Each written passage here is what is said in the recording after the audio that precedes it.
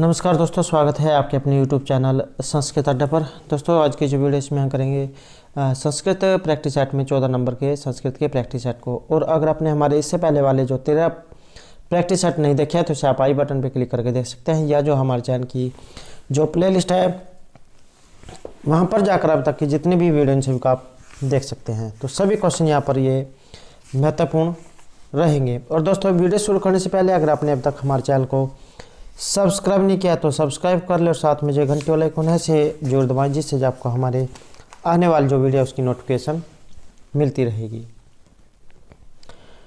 तो हमारा जो यहाँ पर पहला क्वेश्चन है कि वर्तमान काल की विवक्षा में प्रयुक्त अलंकार कौन सा है, या वर्तमान काल में किस अलंकार का प्रयोग किया जाता है। बात करें यहाँ पर अलंकारों के बारे में तो 10 अलंकार माने गए हैं। लट, लिट, लुट, लिट, लेट, लोट, लंग, लिंग, लुंग, लिंग। तो इस प्रकार से जो है 10 लकार यहाँ पर माने गए हैं। और इनमें से जो लेट लकार जो है इसका प्रयोग वेद काल में होता था। और यहाँ पर वर्तमान काल में पूछा गया कि इसमें किस का जो है यहाँ पर प्रयोग किया जाता है। वर्तमान काल में रहेगा यहाँ पर लट लकार, और वर्तमान लट सूत्र है उससे लट लकार होता है।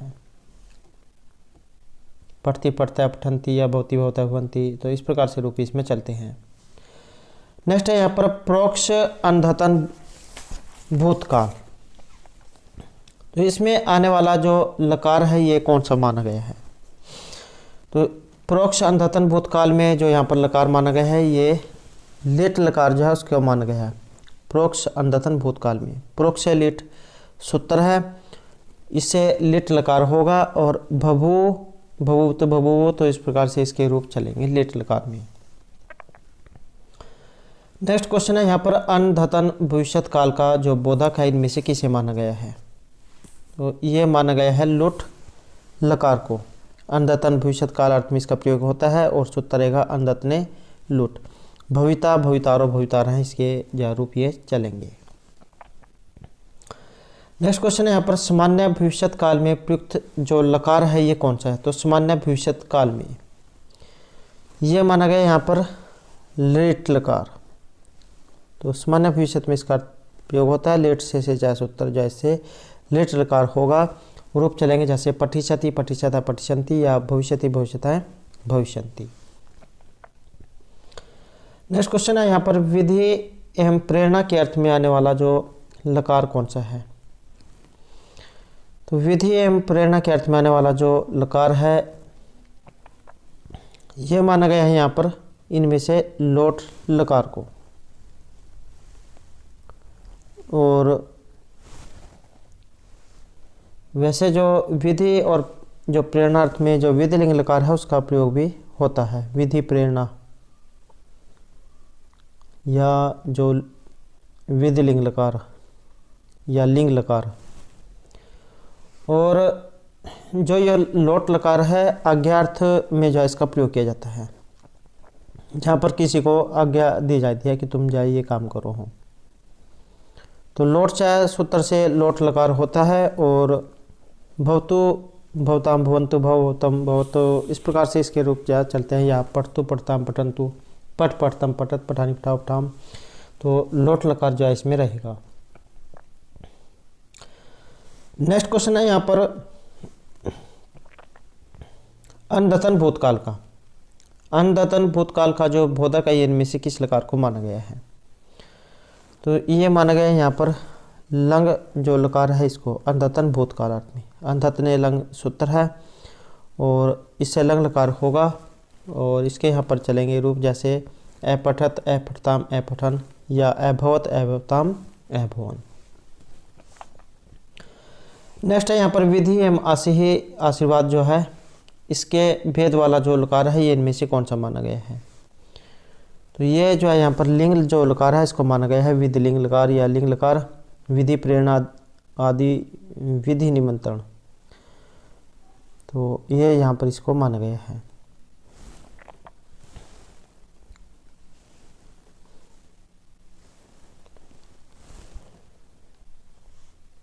नेक्स्ट है यहाँ पर सामान्य भूतकाल।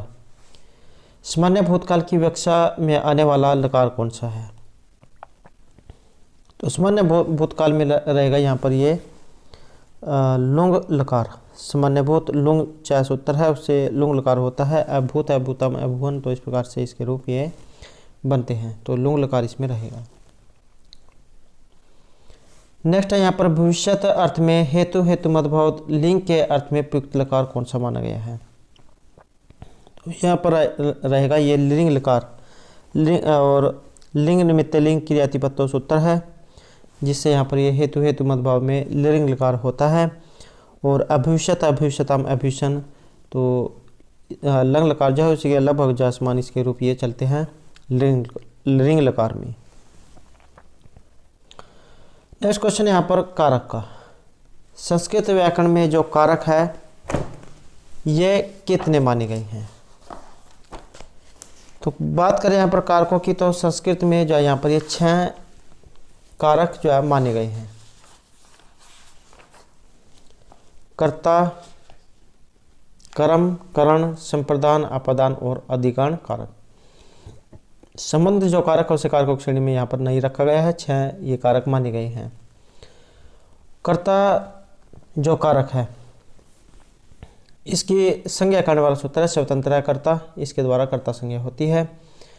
और कर्म की संज्ञा करने वाला सूत्र है कर्तुर इप्सितम तमम कर्मम, इसके द्वारा कर्म संज्ञा होती है। कर्ण संज्ञा करने वाला सूत्र है साधक तमम कर्णम, तो इसके द्वारा कर्ण संज्ञा होगी। और संप्रदान संज्ञा होगी कर्मणा यम अभिप्रायतिशय संप्रदान सूत्र के द्वारा। और अपादान करने वाला है ध्रुवम अपाय अपदानम, पंचमी व्यक्ति जो है अपादान कारक में जाए संज्ञा करेगा।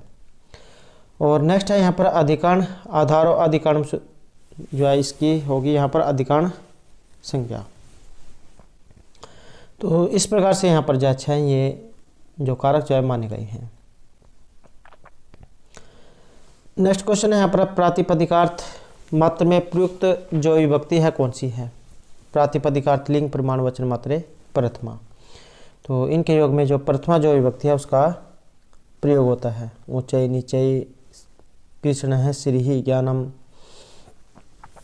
तट है तटी तटम, तो इन सभी के योग में जो प्रथमा जो विभक्ति है उसका प्रयोग होता है। अगला क्वेश्चन है यहाँ पर कृष्ण है ने प्रथमा विभक्ति का जो कारण है ये कौन सा माना गया है? तो इसमें माना गया है ये प्रातिपदिक कारण। ऊंचाई नीचाई, कृष्ण है श्री ज्ञानम, तो इन सभी में प्रातिपदिकार्थ मात्र में जो प्रथमा जो विभक्ति है ये हुई है।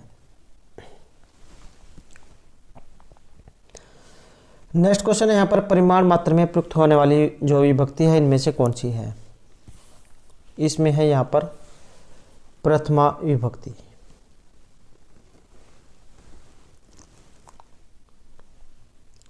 नेक्स्ट क्वेश्चन है तटीही में जो प्रथमा विभक्ति का जो कारण है ये इनमें से कौन सा माना गया है? तो इसमें रहेगा यहाँ पर ये लिंग कारण माना गया है। इसमें प्रातिपदिकार्थ मात्रे लिंग मात्रा अधिक के संख्या मात्रे से प्रथमा,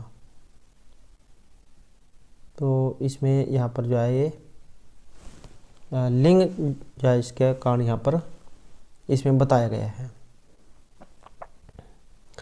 प्रातिपदिकार्थ मात्र में लिंग मात्र की अधिकता में, परिमाण मात्र में और संख्या मात्र में ये प्रथमा विभक्ति होती है।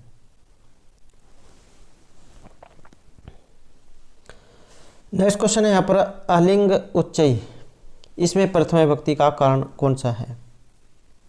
तो इसमें माना गया है यहाँ पर ये प्रातिपदिक कारण। ऊंचाई नीचाई और उसके बाद कृष्ण है श्री ज्ञानम, तो प्रातिपदिक अर्थ मात्र में जो है यहाँ पर ये प्रथमा विभक्ति इसमें हुई है।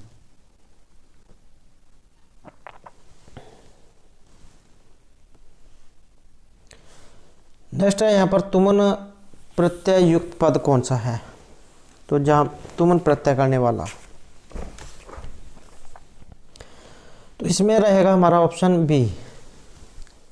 गम जा यहाँ पर धातु रहेगी और तुमुन जा यहाँ पर इसमें प्रत्यय ये माना गया है। गम धातु और तुमुन प्रत्यय।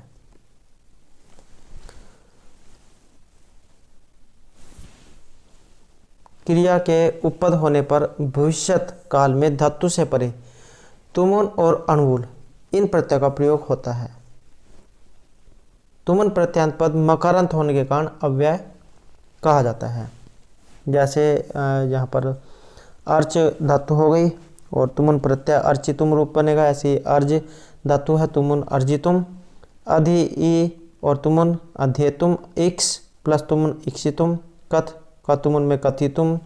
ऐसे ही कर्तुम, क्रेतुम, गातुम, त्यक्तुम, त्रातुम, द्रष्टुम इसमें दृश्य धातु है। धावितुम इसमें धाव, रंतुम, गृहीतुम और चेतुम है जैसे ची धातु तुमुन प्रत्यय। ऐसे ही चिंतितुम, छेतुम, जेतुम जी धातु है। ज्ञातुम में ज्ञा, तरितुम, रूपीतुम, लब्धुम लब धातु तुमुन प्रत्यय। तो इन सभी में जो यहाँ पर जो तुमुन जो प्रत्यय इसका प्रयोग किया गया है। अगला क्वेश्चन है यहाँ पर किस संज्ञा सर्वनाम या विशेषण के अंत में जुड़ने वाले प्रत्यय क्या होते हैं। तो संज्ञा सर्वनाम या विशेषण के अंत में जोड़ने वाले प्रत्यय, तो यह रहेगा ऑप्शन सी यहाँ पर। तद्धित जो प्रत्यय इन्हें माना गया है। और प्रत्यय की अगर हम बात करें तीन प्रकार के रहेंगे, कृत, तद्धित, स्त्री प्रत्यय। कृत या जो कृदंत प्रत्यय ये क्या होते हैं, जिन प्रत्ययों का प्रयोग धातु के बाद में किया जाता है तो उन्हें कृदंत प्रत्यय कहा जाता है। जैसे सत्री, सानच, तव्यत, अनियर, ल्यूट, कतकत्वतु, कत्वा, ल्यूट, लयप, तुमुन। जैसे क्री का अगर तव्यत में जोड़ेंगे कर्तव्य, पट का अनियर में जोड़ेंगे पठनीय। तो ये तो हो गए कृदंत प्रत्यय जो धातु के बाद में लगेंगे। दूसरा है यहाँ पर तद्धित प्रत्यय, जिन प्रत्ययों का प्रयोग संज्ञा सर्वनाम आदि शब्दों के बाद किया जाता है। तो यहाँ पर ये जो है संज्ञा सर्वनाम इनके बाद में होगा। जिन प्रत्ययों का प्रयोग संज्ञा सर्वनाम के बाद में किया जाता है तो वे तद्धित होते हैं। जैसे त्रिच, मतुप, धन, तरप, तमप, अण, अन, तव, तो ये तद्धित हैं। और स्त्री प्रत्यय कौन से होते हैं, जिन प्रत्ययों का प्रयोग पुल्लिंग से स्त्रीलिंग बनाने में किया जाता है तो वह स्त्रीलिंग प्रत्यय कहलाते हैं। जैसे टाप, चाप, ईनी, ती, तो ये जो यहाँ पर स्त्री प्रत्यय में माने गए हैं। अगला क्वेश्चन है यहाँ पर शिवाधिभ्यो सूत्र से है। तो इससे जो यहाँ पर कौन सा प्रत्यय बनता है। तो शिवाधिभ्यो अण, इससे जो यहाँ पर रहेगा इसमें अण प्रत्यय। और इसके अन्य उदाहरण भी हैं जो एग्जाम में आ सकते हैं। जैसे शिवाधिभ्यो अण जो सूत्र है ये अण करेगा। शिव शब्द है और अण प्रत्यय शैव है। ऐसे ही गंगा प्लस अण और गंगा बनेगा इसमें। वशिष्ठ अण वाशिष्ठ बनेगा।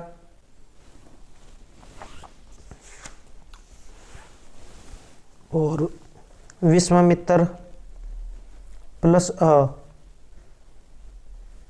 वैश्वामित्र। तो ज़्यादातर जो एग्ज़ाम में इसका यही जो उदाहरण आता है, सैब वाला शिवाधिभ्यो अण जो सूत्र इसमें लगता है और अण जो है इसमें करता है। अगला जो यहाँ पर क्वेश्चन है कि किस प्रत्यय के योग से सैव बनता है। तो इसमें शिव तो शब्द है, शिवाधिभ्यो अण सूत्र इसमें लगेगा तो इससे बनेगा यहाँ पर अण। शिव शब्द और अण प्रत्यय, तो सैव जो इससे यहाँ पर ये बनता है। नेक्स्ट क्वेश्चन है यहाँ पर विंता का। विंता शब्द है इसमें और किस प्रत्यय का यहाँ पर इसमें प्रयोग हुआ है। तो विंता शब्द और ठक जो है यहाँ पर इसमें प्रत्यय ये रहेगा। तो विंता शब्द और ठक प्रत्यय व्यंत्यय जो यहाँ पर ये रूप इसमें बनेगा। ऑप्शन बी जो हमारा यहाँ पर सही आंसर रहेगा। और ये भी जो उदाहरण यहाँ पर है बहुत बार एग्जाम में पूछा जाता है, ढक प्रत्यय वाला। नेक्स्ट क्वेश्चन यहाँ पर कौस शब्द से संभूत अर्थ में होने वाला जो प्रत्यय है ये कौन सा है? तो यहाँ पर रहेगा हमारा ऑप्शन बी। इसमें ठक जो प्रत्यय इसमें इसमें जो ढ जो प्रत्यय ये रहेगा, संभूत अर्थ में होने वाला प्रत्यय रहेगा यहाँ पर ढ प्रत्यय। नेक्स्ट यहाँ पर कौशयम में कौन सा प्रत्यय आया है? तो इसमें भी रहेगा ये ऑप्शन डी हमारा, ढ जो प्रत्यय है इसमें ये रहेगा।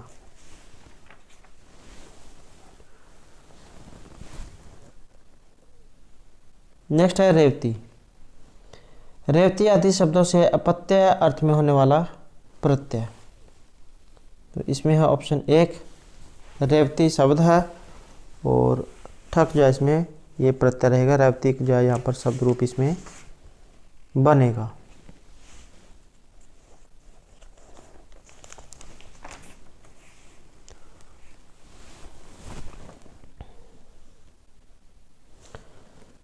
नेक्स्ट है रावतिक पद में किस प्रत्यय का विधान किया गया है?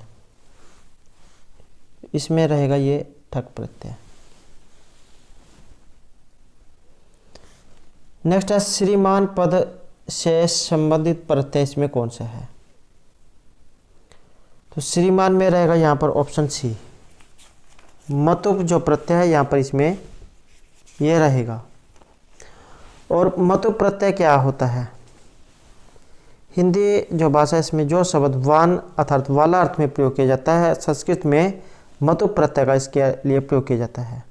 और यह प्रशंसा, नित्य संबंध, अतिशय निंदा अथवा संसर्ग इसको बोध कराने के लिए इसका प्रयोग होता है। और जैसे गुणवान हो गया, धनवान, पहलवान, तो इसमें जो यहाँ पर ये मतुप जो प्रत्यय है इसका प्रयोग किया जाता है। और मतुप प्रत्यय लगने पर रूप कौन कौन से बनेंगे? पुल्लिंग, स्त्रीलिंग और नपुंसकलिंग में। गो जैसे शब्द हो गया और इसमें मतुप प्रत्यय लगकर बन जाएगा गोमान, स्त्रीलिंग में गोमती और नपुंसकलिंग में बनेगा गोमत।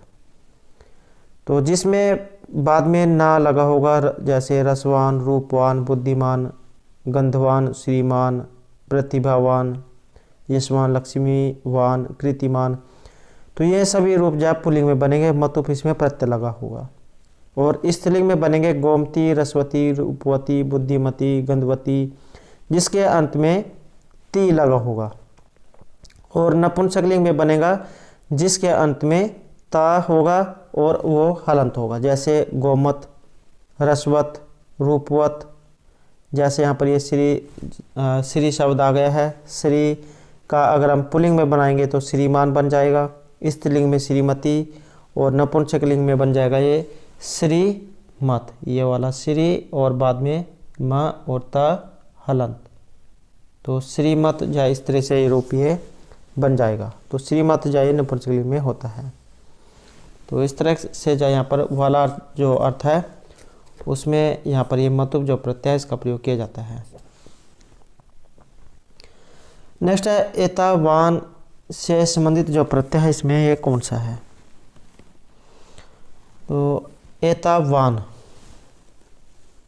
इसमें रहेगा यहाँ पर ये मतुप जो प्रत्यय है ये इसमें रहेगा।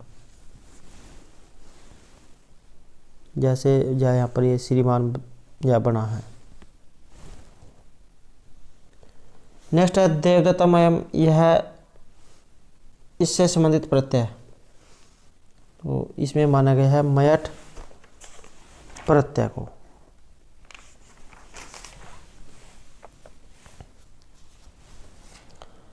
नेक्स्ट है यहाँ पर ग्राम्य। ग्राम्य जो पद है आया है इसमें कौन सा प्रत्यय है? तो ग्राम तो इसमें शब्द हो गया और प्रत्यय रहेगा इसमें यह।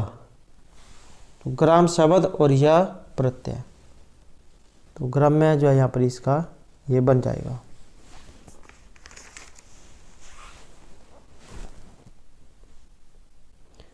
नेक्स्ट है यहाँ पर वृद्धि संज्ञक शब्दों से आने वाला प्रत्यय। कौन सा है? तो ये लिएगा यहाँ पर छ प्रत्यय को।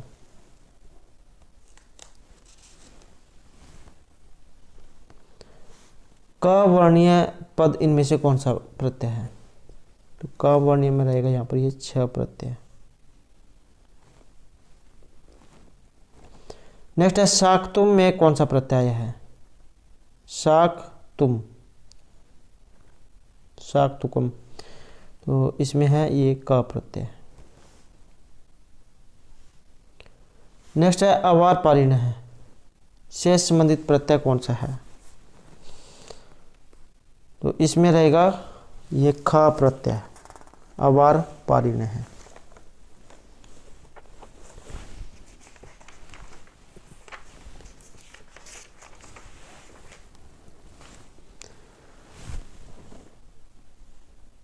नेक्स्ट है स्त्रीत्व में विवक्षा में प्रयुक्त प्रत्ययों की संज्ञा कौन सी होगी?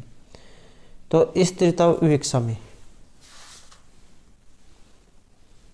जिन प्रत्ययों को पुल्लिंग से स्त्रीलिंग में बदला जाता है तो वो स्त्री प्रत्यय कहलाते हैं। और स्त्रीत्व में विवक्षा में प्रयुक्त प्रत्ययों की संज्ञा, तो इसमें होगी ये स्त्री प्रत्यय। नेक्स्ट है अज आदि शब्दों से स्त्रीत्व की विवक्षा में आने वाला प्रत्यय,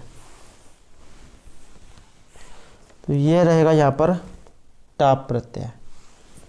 टाप जो है इसका आ जो है ये शेष बचता है, जैसे अजा, त्रिफला, क्षत्रिय, सुनैना, चटका, बाला, तो इस प्रकार के जो है यहाँ पर ये टाप प्रत्यय स्वरूप बनते हैं। नेक्स्ट है यहाँ पर बालापद, इसमें प्रत्यय, तो इसमें भी जाए यहाँ पर टाप जो प्रत्यय है इसका प्रयोग हुआ है। बाल शब्द है इसमें और टाप प्रत्यय। टाप जो प्रत्यय है इसका ये प और ये ट, इनका लोप हो जाएगा, बस आ जाए इसमें शेष बच जाएगा। तो बाल शब्द और टाप का आ बाला। नेक्स्ट है सकारी, अवंतिजा, चंडाली एवं ढक्की, ये इनमें से किसके प्रकार हैं? तो ये बताए गए हैं यहाँ पर इसमें प्राकृत के। और मृच्छकटिकम जो नाटक है जो शूद्रक के द्वारा रचित है, वहाँ से इसका संबंध है। और ये जो मृच्छकटिक है इसमें जो 30 पात्र आए हैं, इनमें से 6 पात्र या ये संस्कृत बोलने वाले हैं और शेष जो पात्र है वो प्राकृत बोलते हैं। अब प्राकृत के कुल 7 भेद बताए गए हैं: शौरसेनी, अवंतिजा, प्राच्या, मगधी, स्कारी, चंडाली, ढक्की। तो यहाँ पर ये जो स्कारी, अवंतिजा, चंडाली और ढक्की ये यहाँ पर प्राकृत के प्रकार बताए गए हैं। और ये जो मृच्छकटिक है शूद्रक जन के द्वारा रचित है और 10 इसमें अंक हैं। श्रृंगार रस इसमें रहेगा और आधार ग्रंथ है इसका भास के द्वारा जो चरदत्त नाटक लिया गया है अक्षा में मिट्टी गाड़ी वाली घटना के आधार पर, और मैत्रेय इसका विदूषक है। नेक्स्ट तया भूयते का कर्तृवाच्य क्या होगा? तो कर्तृ अर्थात कर्ता, और जैसे यहाँ पर ये कर्तृ आया है, कई बार एग्जाम में इसी का ही जो शब्द रूप है ये आ जाता है कि इसमें किसका प्रयोग हुआ है। तो त्रिच जो है यहाँ पर इसमें प्रत्यय रहेगा, क्री धातु और त्रिच प्रत्यय। तो कर्ता यहाँ पर इसका रूप ये बनता है क्री धातु और त्रिच प्रत्यय के लगने पर। और यहाँ पर जो ये पूछा गया कि इसमें वाच्य कौन सा है, तो ये जो यहाँ पर ये है कर्तृ कर्म वाच्य में। इसको अगर हम उल्टा करेंगे तो जैसे यहाँ पर तृतीय विभक्ति आई है तो इसका प्रथमा विभक्ति में हो जाएगा, और ये आत्मनेपद पद में है तो ये परस्मय पद में हो जाएगी। तो इसमें बनेगा फिर ये ऑप्शन 1। ये तया इसलिए आया है क्योंकि ये जो तया बनता है स्त्रीलिंग में, तो स्त्रीलिंग के कारण यहाँ पर सा बनेगा, तो सा भवती रूप ये बनेगा। नेक्स्ट है इनमें से कौन सा हेतुआभास नहीं है। तो हेतुआभास एक नहीं माना गया है ये विपक्ष व्यावृत्ति को। सांख्यकारिका जो है इसमें क्वेश्चन किया है सांख्यकारिका, तो उसके अनुसार यहाँ पर हेतुआभास जो है ये 5 प्रकार के माने गए हैं। और असिद्ध हेतुआभास इसके 3 भेद माने गए हैं, आश्रय सिद्ध, रूप स्वरूप असिद्ध और व्याप्यता असिद्ध।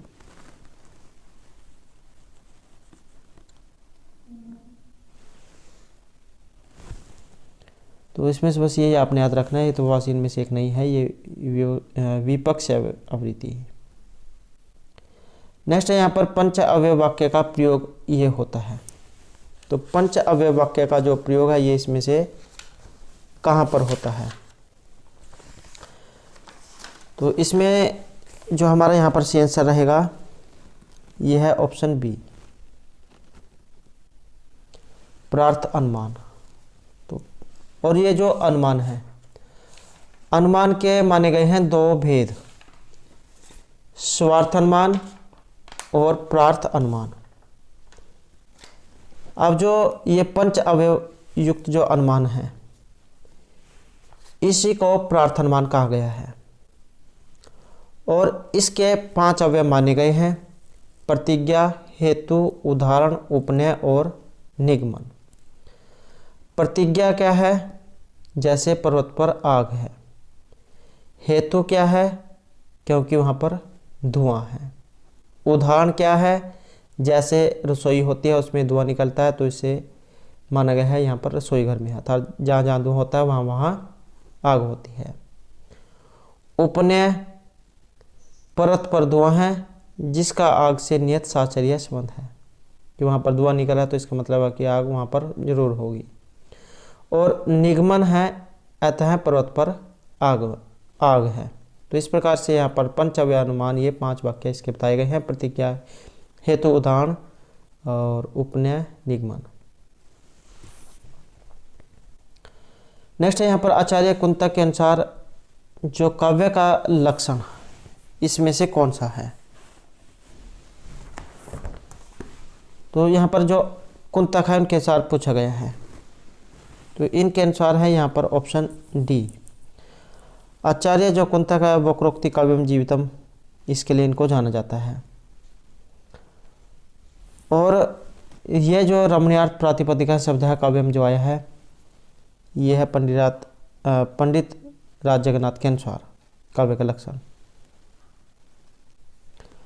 और जो तद ऐदोष शब्दार्थो सगुणावलंकृति पुनः कवापी जो आया है ये आया है आचार्य मम्मट के काव्य लक्षण के अनुसार। और वाक्यम रसात्मकम काव्यम ये आया है आचार्य विश्वनाथ के काव्य के अनुसार। तो ये जो आपने जरूर याद रखना है, चाहे इसमें ये कुंतक का पूछा गया हो या किसी अन्य का, किसी का भी एग्जाम में आ सकता है। नेक्स्ट है आरोपित शब्द व्यापार इनमें से कौन सा है। तो इसमें हमारा सी आंसर रहेगा ऑप्शन 1 ए। लक्षणा जो है यहाँ पर ये इसमें आरोपित शब्द व्यापार माना गया है।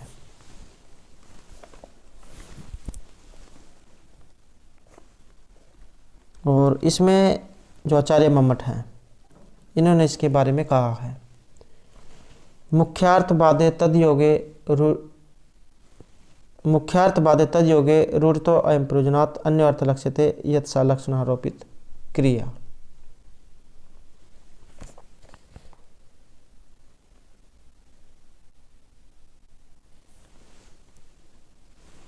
और अगर हम जो इसके बारे में देखें कि ये होती क्या है, कि मुख्यार्थ का बाध होने पर और तथा उस मुख्यार्थ से युक्त रूढ़ि अथवा प्रयोजन से जिसके द्वारा नैत की प्रतीति होती है तो उसे लक्षण जो है कहा जाता है। जैसे उदाहरण रहेगा गंगायाम घोष है, गंगा में घर है, इसका बाद होकर ये अर्थ निकलेगा कि गंगा के किनारे पर घर है। या जैसे क्लिंग शासिक है, इस वाक्य में क्लिंग शब्द का अर्थ है देश विशेष और शासिक अर्थ, परंतु साहस जो जड़ पदार्थों में नहीं रहता है। अतः यह शब्द अन्वय में अपने मुख्यार्थ देश के बाधित होने के कारण संयोग से उस देश के संबंधी पुरुष का लक्षण से बोधन करता है। तो आपने सिर्फ इतने याद रखना है, गंगायाम घोष है कि गंगा के किनारे पर घर है, क्योंकि गंगा जो है इसमें घर नहीं हो सकता। कलिंग शासिक है, कलिंग शासिक का मतलब यहाँ पर माना गया है कि कलिंग देश के व्यक्ति शासी हैं। नेक्स्ट है वेदांत दर्शन के मत में जो सूक्ष्म जो शरीर है इसका निर्माण कितने तत्वों से मिलकर हुआ है वेदांत दर्शन के अनुसार। तो इसमें जो माना गया है ये 17 पदार्थों के द्वारा।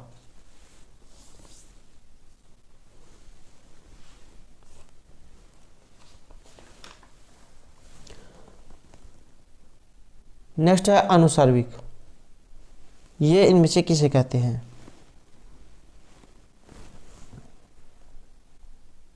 अनुबंध करेगा। अनुबंध किसे कहते हैं?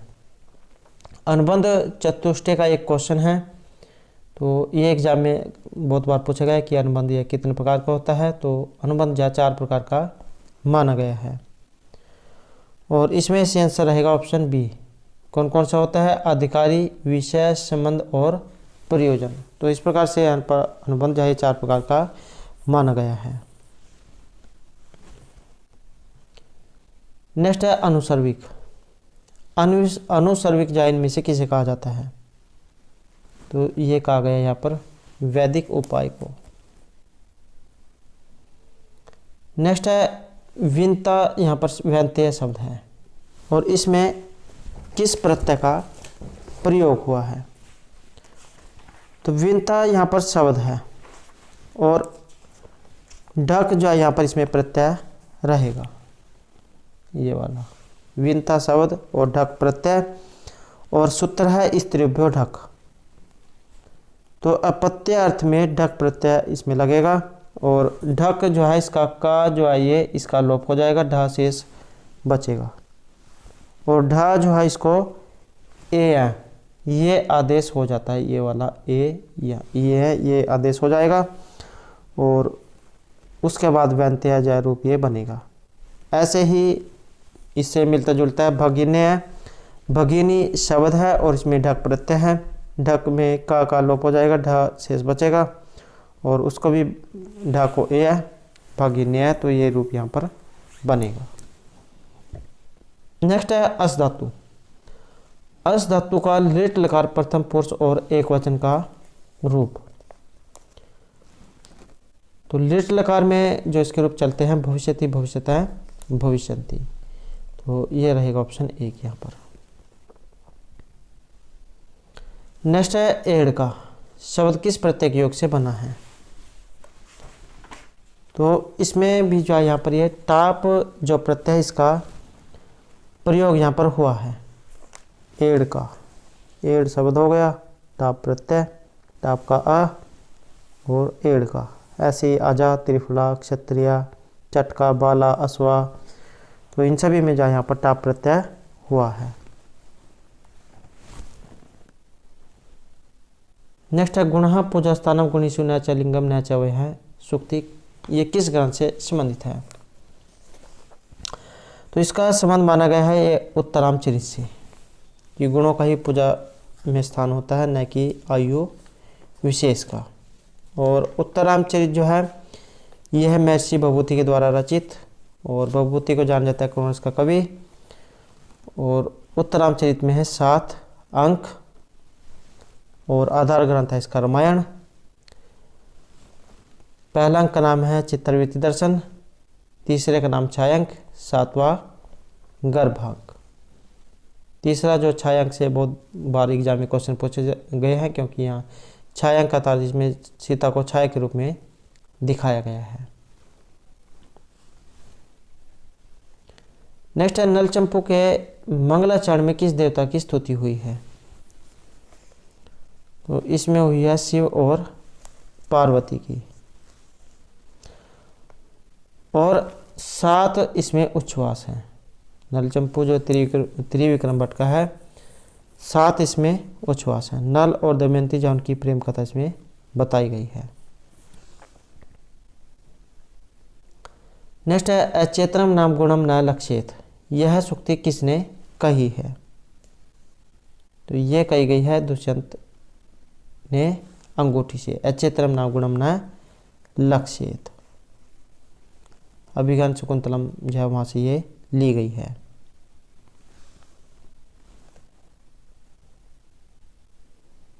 नेक्स्ट है रिक्स्थान षड्भागम अक्षम ददाति ही न, तो इस प्रकार का यहाँ पर जो ये उक्ति जो आई है, इस स्थान की पूर्ति के लिए कौन सा विकल्प यहाँ पर उपयुक्त होगा? तो इसमें रहेगा ऑप्शन 1 ये यश है। नेक्स्ट है सर्वथा चक्रवर्तीनम पुत्रम आपनुहि से क्या निर्दिष्ट है? अभिज्ञान शकुंतलम जो वहाँ से ये लिया गया है, और जब शकुंतला अपने पति के घर को जाने वाली होती है तब उसको ये आशीर्वाद यहाँ पर दिया जाता है कि सर्वथा चक्रवर्तीनम पुत्रम आपनुहि, कि तुम जो है चक्रवर्ती पुत्र को प्राप्त करो। तो महर्षि कर्णव जो उनके द्वारा ये दी जाती है और पुत्र प्राप्ति के लिए। तो यहाँ पर ये कालिदास आया है, यहाँ पर कर्णव जो है इसमें ये रहेगा। कर्णव ने कही थी जब शकुंतला अपने पति के घर को जाने वाली होती है, चौथे अंक में। नेक्स्ट है निम्नलिखित में से कौन कंचुकी, इनमें से एक कंचुकी की विशेषता नहीं है? तो ये इसमें मानी गई है ये ऑप्शन डी को, राजा का विश्वस्त मित्र होना। इसमें एक जो श्लोक कहा गया है कि अंत है पुरुचरो वृद्धो विद्रोह गुणगण अन्विता है सर्वकाया का अर्थ कुशल है कंचुकी अवधि थे, अर्थात अंतपुर में जाने वाला वृद्ध गुणवान ब्राह्मण जो सब कार्यों के करने में कुशल होता है उसे कंचुकी कहा जाता है। तो इनमें से राजा का विश्वस्त मित्र या कंचुकी यहाँ पर इसकी ये विशेषता नहीं है। नेक्स्ट है शब्द प्रवृत्ति एसेंशियंटम, यह प्राप्त होता है। तो ये रहेगा ऑप्शन डी हमारा, बी और सी से, शाब्दी व्यंजना और शब्द अलंकार से। नेक्स्ट है शरीर भाजम भवदीय दर्शन व्यनक्ति अपिकाल तीर्थ उपयोगिता, सुक्ति ये ली गई है। तो इसका जो संबंध है ये रहेगा शिशुपाल वध से, और ये जो शिशुपाल वध है ये है महर्षि माघ के द्वारा रचित, और सर्गों की संख्या है इसमें 20। श्री कृष्ण जो है उनके द्वारा यहाँ पर शिशुपाल जो है इनका वध इसमें दिखाया गया है, और श्री कृष्ण जो है शिशुपाल का वध इसमें करते हैं। ज़्यादातर एग्जाम में बस यही पूछा जाता है कि इसमें सर्गों की संख्या कितनी है या किन के द्वारा रचित है। तो माँ के द्वारा रचित है, सर्गों की संख्या इसमें 20, और बृहत्तरी जो है इसमें ये गिना जाता है लघुतरी में। नेक्स्ट है विप्राय गाम ददाती, इसमें जो विप्र है अर्थात विप्र का तोता ब्राह्मण, तो विप्राय गाम ददाती में कौन सा कारक का प्रयोग होगा? तो यहाँ पर इसमें देने अर्थ में जो 2 विभक्तियों का प्रयोग किया जाता है, चतुर्थी विभक्ति का भी और षष्ठी विभक्ति का भी। जहाँ पर किसी को कोई परमानेंटली कोई चीज़ दे दी जाती है और उसे वापस न ली जाए तब उसमें षष्ठी विभक्ति का प्रयोग होता है, और जहाँ पर किसी को थोड़े समय के लिए दी जाती है तो वहाँ पर चतुर्थी विभक्ति का प्रयोग होता है। तो यहाँ पर इसमें षष्ठी विभक्ति तो इसमें किसी में नहीं दी गई है, तो इसमें ये संप्रदान कारक रहेगा चतुर्थी विभक्ति। लेकिन अगर किसी को थोड़े समय के लिए दी जाए, जैसे धोबी को कपड़े धोने के लिए दिए जाते हैं, तब उसमें षष्ठी विभक्ति का प्रयोग होगा। तो यहाँ पर परमानेंटली दे दी गई है तो इसमें संप्रदान कारक और चतुर्थी जो विभक्ति है उसका यहाँ पर प्रयोग होगा।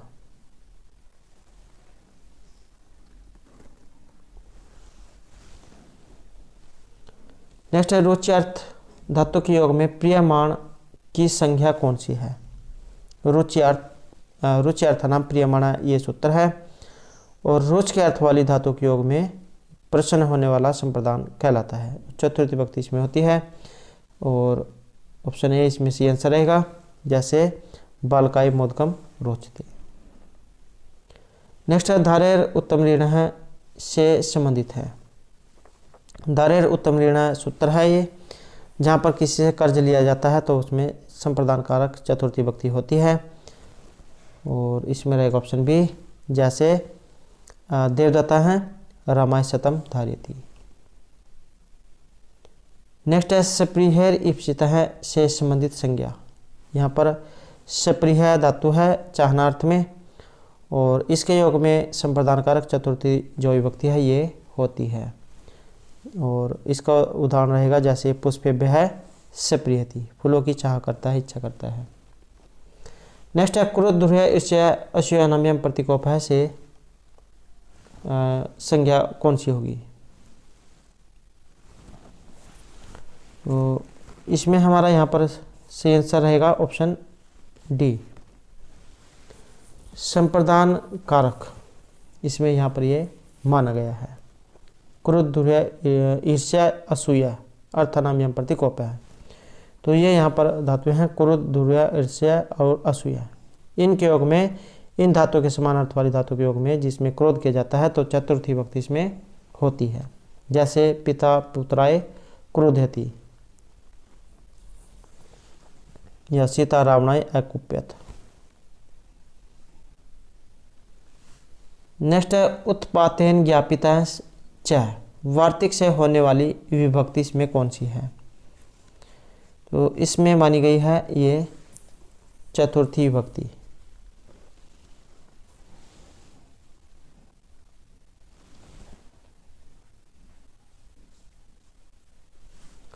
नेक्स्ट है फलेभ्य जाति में फल से चतुर्थी करने वाला जो सूत्र है इसमें कौन सा माना गया है? फलेभ्य जाति, इसमें माना गया है ये ऑप्शन बी को, क्रियार्थ उपपदस्य च कर्मणि स्थानीन। यदि तुमन प्रत्यांत धातु का प्रयोग से रहे तो उसके क्रम में चतुर्थी विभक्ति होती है, जैसे सेवक हैं फलेभ्यो याति या सेवका फलानी आनीतुम याति, तो इसमें यहाँ पर रहेगा ये चतुर्थी विभक्ति। सूत्र है ये क्रियार्थ उपपदस्य च कर्मणि स्थानीन। नेक्स्ट है तुमन अर्थात ये तुम अर्थात भाववचनात् से विहित विभक्ति इसमें कौन सी है? इसमें भी जो यहाँ पर ये चतुर्थी जो विभक्ति है इसका प्रयोग रहेगा। तुम अर्थात भाववचनात्, तुम प्रत्यय जोड़ने से किसी धातु में जो अर्थ निकलता है तो उसको प्रकट करने के लिए उसी धातु से बनी हुई भाववाचक संज्ञा का प्रयोग करने पर उसमें चतुर्थी विभक्ति होती है, जैसे दानाय धनम अर्जयति, तो तुम अर्थ वाली जहाँ पर तुमन प्रत्यय का प्रयोग किया जाता है तो चतुर्थी विभक्ति इसमें रहेगी। नेक्स्ट है स्वाहा के योग में प्रयुक्त विभक्ति इसमें कौन सी है? इसमें है ऑप्शन डी है चतुर्थी विभक्ति। नमः स्वस्ति स्वाहा सौदा अलम और वसट, जहाँ पर ये शब्द दिखाई दे तो इनके योग में चतुर्थी विभक्ति रहेगी, जैसे ईश्वराय नमः, पितृभ्य सौदा इंद्राय वसट, हरिदैतेभ्य अलम, तो इनके योग में चतुर्थी विभक्ति होती है। नेक्स्ट है अपाय अर्थ में ध्रुव की संज्ञा, तो इसमें रहेगा ऑप्शन ए, ध्रुव अपाय अपदानम सूत्र है और पंचमी जो विभक्ति इसमें होती है ध्रुव अपाय अपदानम। विश्लेष या वियोग अथवा अलग होने को अपाय कहते हैं और यह क्वेश्चन बहुत बार एग्जाम में पूछा गया है और एग्जाम में पूछा गया कि अपाय का अर्थ क्या होता है।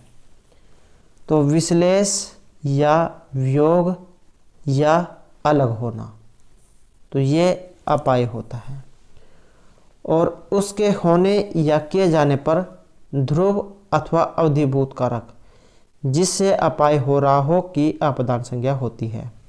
जैसे वृक्षात पत्रम पतति, वृक्ष से पत्ता गिरता है।